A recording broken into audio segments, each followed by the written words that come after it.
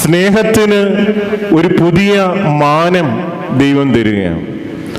ആ ഏകജാതനായ പുത്രനെയാണ് സ്നേഹത്തിൻ്റെ അടയാളമായ ചുംബനം കൊണ്ട് തൻ്റെ കൂടെ നടന്നവൻ ഒറ്റിക്കൊടുക്കുന്ന അനുഭവം.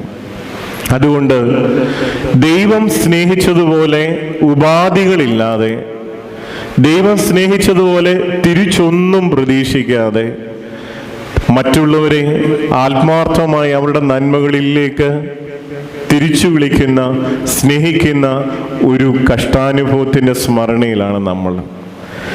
രണ്ടാമത് എന്തിനു വേണ്ടിയാണ് ഈ കഷ്ടാനുഭവം ചോദിച്ചാൽ, ഈ വാക്യത്തിൽ നിന്ന് നമുക്ക് തരുന്ന ഒരു വലിയ ചിന്തയുണ്ട്.